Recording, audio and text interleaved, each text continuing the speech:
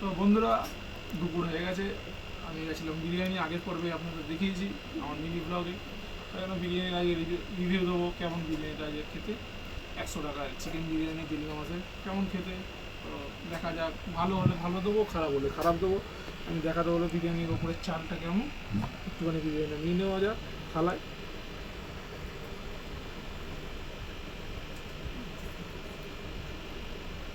এই আলু, এত বড় চিকেনের পিসটাকে বার করে নিলাম।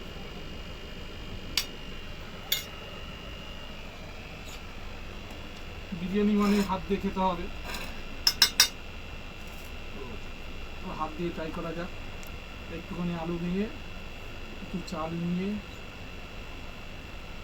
অল্প একটু মাংস কেটে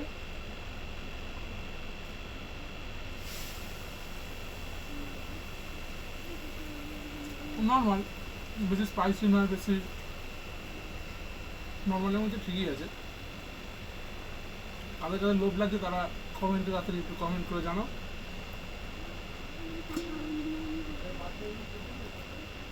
একটা এমনি নর্মাল আলু মাংস ছাড়া খাওয়া যায়,